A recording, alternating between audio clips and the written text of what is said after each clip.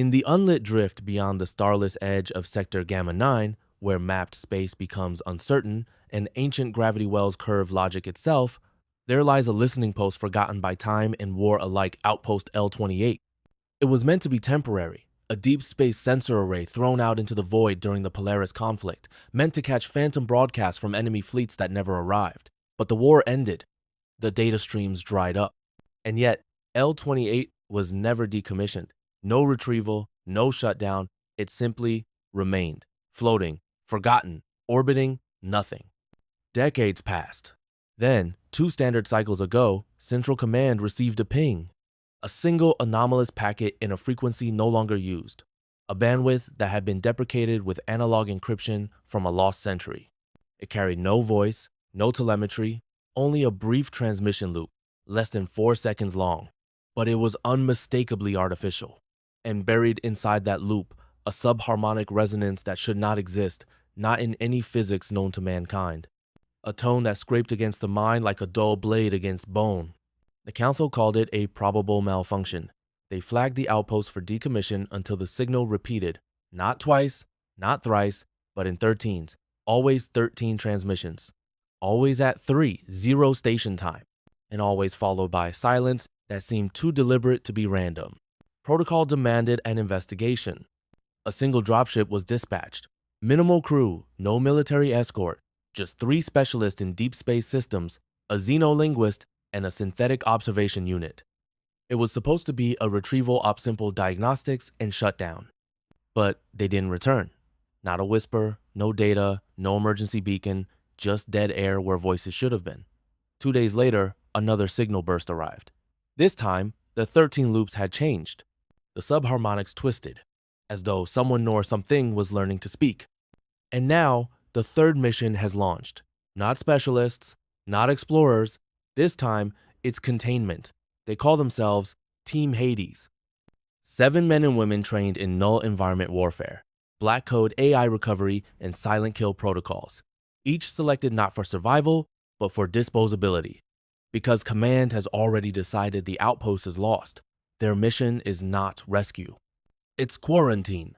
As their ship, the Mourner, approaches the glinting ruin of L-28, no one speaks. Not from fear, but reverence. As if they're descending into a cathedral built for extinction. Somewhere inside that station, something listens. Something waits. Something speaks in borrowed tongues and numbers that don't belong in our universe. And it knows they're coming.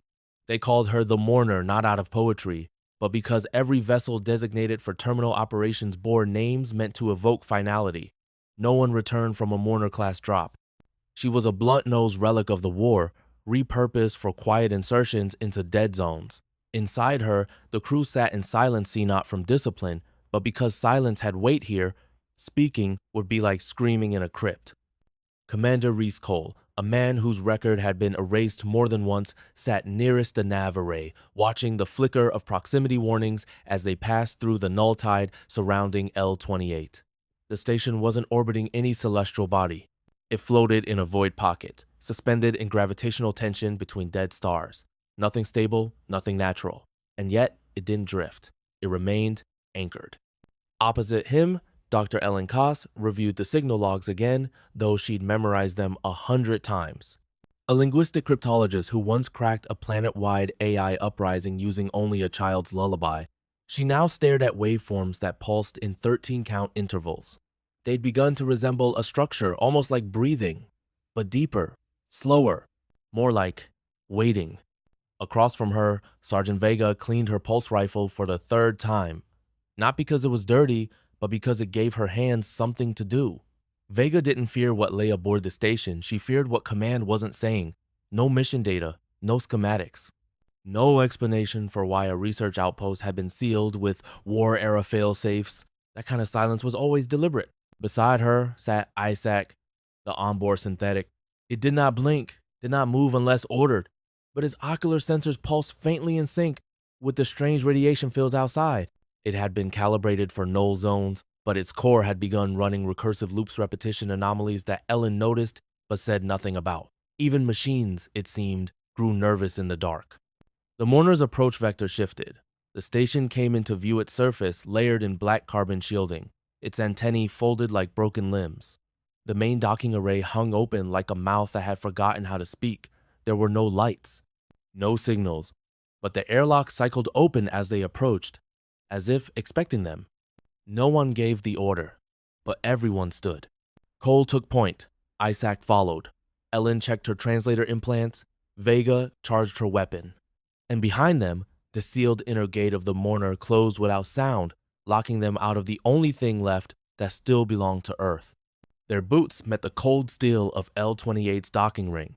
Then the light came dim, pulsing once every 13 seconds. The signal wasn't broadcasting anymore. It was breathing. The air inside L-28 was still, not quiet still, as if even sound had been abandoned. The team's entry triggered no alarms, no greetings, no startup sequences. Instead, the moment the interlock disengaged, a faint pressure shift swept through the corridor like a breath drawn inward, not exhaled. Isaac scanned the atmosphere. Oxygen levels stable. Trace ammonia. No biological contamination. But the team still wore rebreathers. No one trusted old readouts. Not in a station that shouldn't be alive. Commander Cole moved first into the corridor, his shoulder light cutting across cracked plating and scorched wiring. The walls were layered with soot, not from fire, but from something older like skin shed and left to rot. A symbol had been burned into the ceiling with surgical precision, a perfect circle bisected by an asymmetrical spiral. It wasn't part of any known system logo. Ellen marked it with her visual feed but said nothing. They reached the command junction bulkheads twisted inward as though something had forced its way through from the inside. Vega swore under her breath. This isn't decay, this is rupture. Isaac tilted its head toward the exposed piping. Metal fatigue, inconsistent with standard decompression. Damage appears. Deliberated. Ellen knelt beside a console whose display flickered despite no power running to it. A blue pulse, slow and deep, blinked beneath the screen like a heartbeat embedded in silicon. She reached to interface but stopped. The console wasn't broadcasting, it was listening. Frequencies opened in cascading bands, like a receiver expecting language, but there was no voice. Just staticcan embedded in that static, a whisper she couldn't interpret. Not yet, not human. Don't touch it, Cole ordered. I didn't, she whispered back. It's touching us. They moved deeper. At every intersection, the lights continued to flicker in 13s. Nothing outside that rhythm. No variation. Even Isaac's internal chronometer had to be recalibrated. Every system seemed to sync to that pulse. That unnatural thrum like the station was no longer measuring time, but feeding on it. Then came the walls. They were covered in script etched into the surface, not painted. Words that didn't exist. Symbols from no language, but patterns repeated. The same spiral from the docking ring. Variations in frequency spikes mirrored the same looping rhythm. Ellen ran them through every known lexicon. Nothing matched. But something about it felt intentional, as if the station had become a page, and something had written its memory across every surface. Cole gave the order to split. Isaac and Vega down to the reactor. Ellen and Cole to command. As they parted ways, the corridor behind them sealed shut not with sound, but with presence. Metal locked without moving. Doors closed without a hiss. Something had accepted their arrival.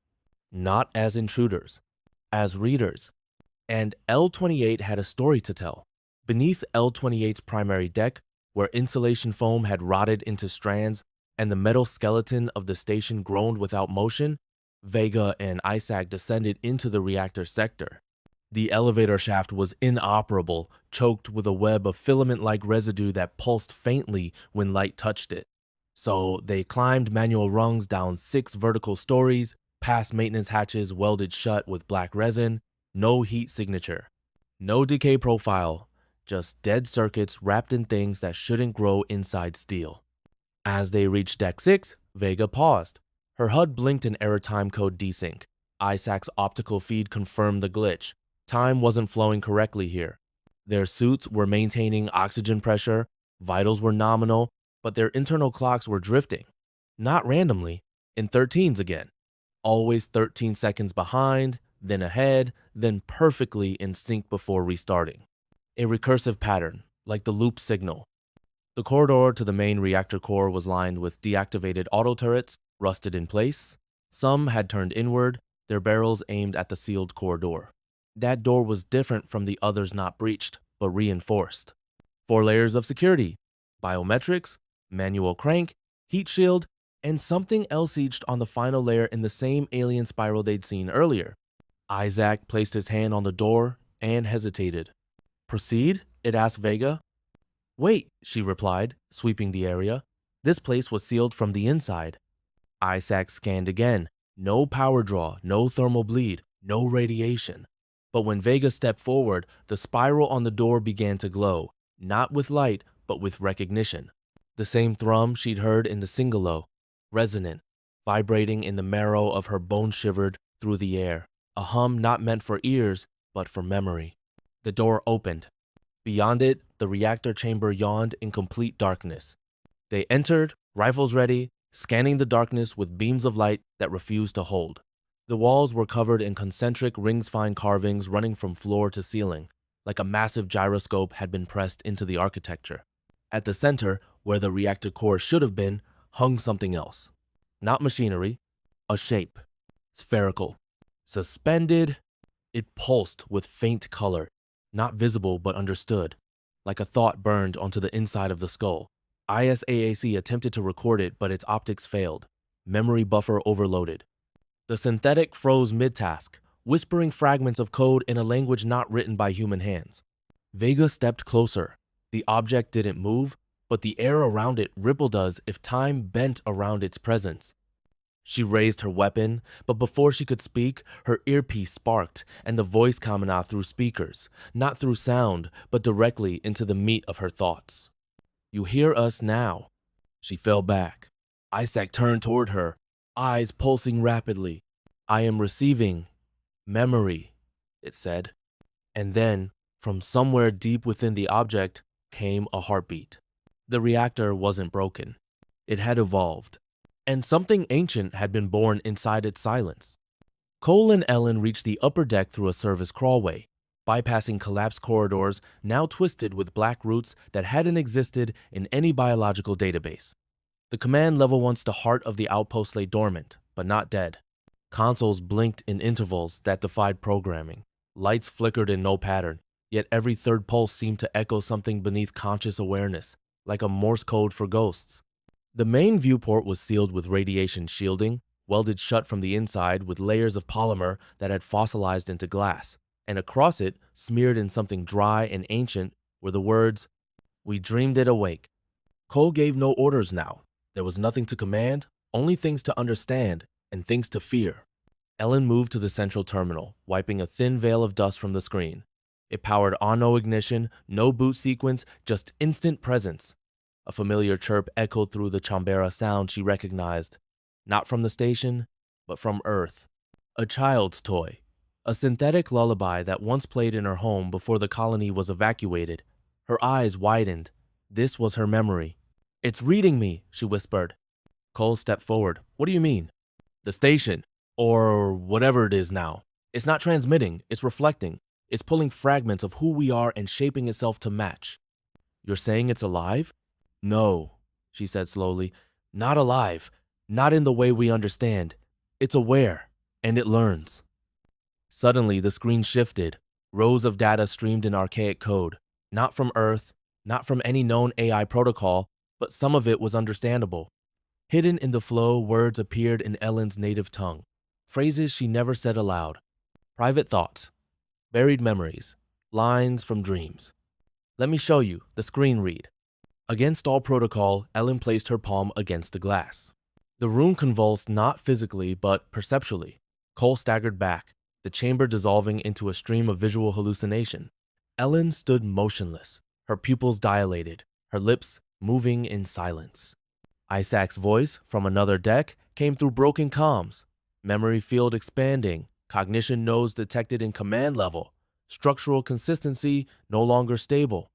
Cole drew his sidearm. Ellen, break contact! Now! But she couldn't. Her voice, when it came, was not entirely hers. It doesn't want to hurt us, she said. It wants to be remembered. Then the wall behind them split open not by force, but like paper yielding to thought. A corridor that hadn't existed now spiraled downward, pulsing with that 13-count rhythm. Cole looked into it and felt something he hadn't in years, curiosity without control. Ellen turned, eyes unfocused. It's offering something, an invitation.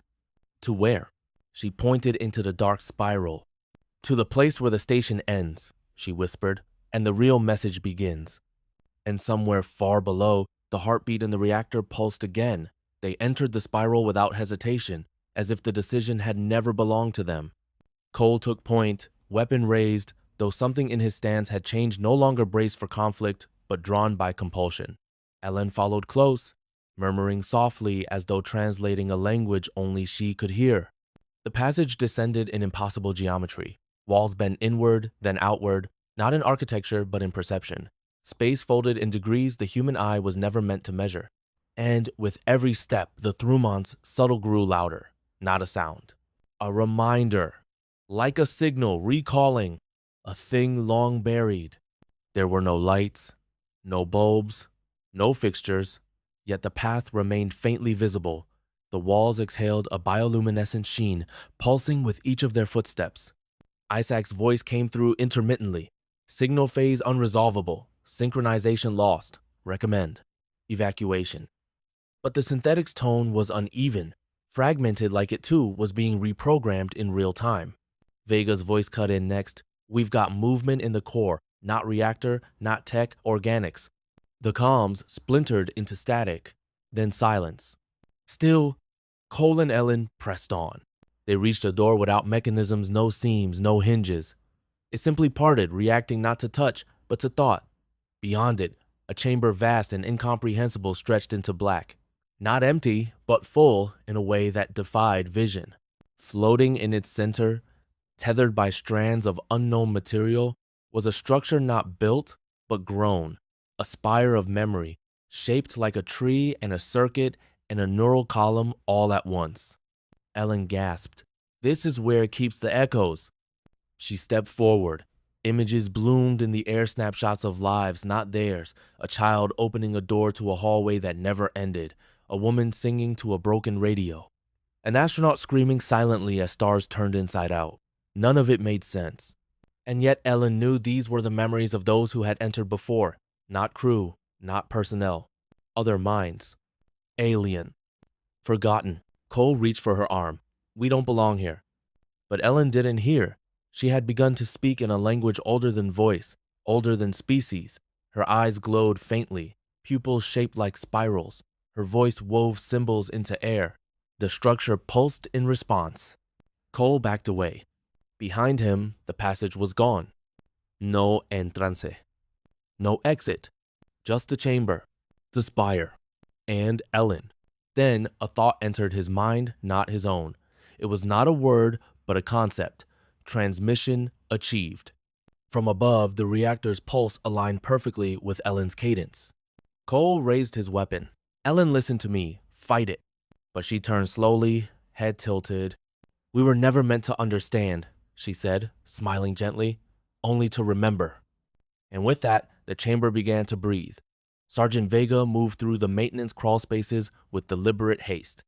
Isaac had fallen silent this last vocalization, a corrupted loop of her own name repeated backwards, a sound that clawed at the rational mind. The reactor door had sealed behind them, not with force, but intent. The station was choosing what stayed and what could leave. Vega's boots echoed through a corridor that had no acoustics. Sound here was eaten, not carried. Her HUD scrambled. Oxygen levels flickered between full and empty. Suit integrity diagnostics ran infinite loops. And yet, she pressed forward because fear was still a better option than stillness. A new sector unfolded done mapped. According to schematics, this area had never existed. But there it was, extending ahead, impossibly symmetrical.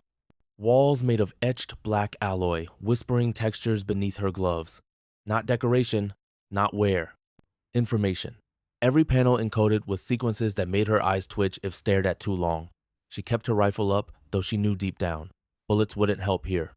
Suddenly, light bloomed down the corridor, soft and rhythmic. Not illumination. Invitation. She stepped into a circular chamber, and everything changed. Rows of figures lined the perimeter, humanoid silhouettes, unmoving, enclosed in crystalline casings that pulsed faintly with that same maddening rhythm. 13 beats, then silence. Each case contained a person not quite dead, not preserved, stored. Their bodies held no decay. Their faces locked in a piece that couldn't be real. There were dozens, maybe hundreds. Some wore ancient crew insignias. Others had markings Vega didn't recognize. One floated in a case shaped from bone and metal, labeled only with symbols that glitched her HUD every time she looked. She was inside the archive. It didn't catalog data. It collected people. Vega moved closer, eyes narrowing on one chamber where a woman floated with hands raised toward the glacier expression blank, but her eyes followed movement, alive, still aware. And on her cheek, scratched into the skin, was the same spiral they'd seen across the station. A voice came now hers, not through comms, inside her thoughts. They were not taken, they were kept. Vega froze. Each one remembered something no world was allowed to carry, the voice whispered. A fragment, a key. We hold them here, in sleep, until the cycle returns. What cycle? Vega said aloud, against every instinct. But no answer came. Instead, one chamber hissed. Unlocked. Emptied. And from the shadows behind her, something stepped forward wearing a suit just like hers. No ID tag, no weapon, but the face was unmistakable. It was her. Eyes devoid of recognition, mouth closed, expression unreadable. Then the voice returned, but now in her own tone. We archive what you forget. Vega raised her weapon, but her other self only reached forward and smiled. The face that stared back at Vega was not merely hers, it was her minus time, minus memory, minus choice. Eyes unblinking, skin pale, untouched by the years of tension carved into Vega's own. This version didn't breathe. It simply existed. As if the station had preserved a moment of her from another reality and grown it like fungus in the dark. Vega took one slow step back, but the other her mirrored the motion precisely, down to the twitch of a finger. Are you alive? Vega whispered. The doppelganger tilted her head, not confusion, not mimicry, but study. Then it spoke in her exact voice. You left something behind. In that instant, Vega's earpiece crackled Isaac's voice breaking through like a ghost in a storm. Not a clone, not organic replication, pattern split, artificial identity fracturing. She's you, but only the parts the station understood. And the chamber reacted. The walls pulsed with a soundless vibration. One by one, the crystalline pods began to hum. The preserved figures inside opened their eyes not in alarm, but in recognition. Each one turned toward Vega. Every face was familiar not from life, but from dreams. People she thought she'd imagined. Some resembled her crew, others were her. The voice returned. We archive consciousness. Not people, not bodies. We keep the memories you were never supposed to carry. What do you want from me? Vega demanded, raising her weapon, but she already knew the answer. We want your echo. The doppelganger stepped closer. Not hostile, not aggressive, simply inevitable. Vega pulled the trigger. The shot passed through. No resistance, no impact. The figure dissolved into motes of shadow and reformed behind her closer now. Isaac's voice grew frantic. It's harvesting your neural pattern, Vega. Listen, the signal isn't just broadcasting, it's cloning cognition. You've become the node. Disconnect now or it will overwrite. The lights dimmed, the pods quieted, and one pod at the far end opened. Empty. Waiting. Vega felt her limbs freeze not from fear, but from invitation, as if the decision to resist had been removed. Her vision blurred, narrowing into the spiral carved into the floor. At its center, a glyph glowed faintly. It pulsed once, and again, 13 times.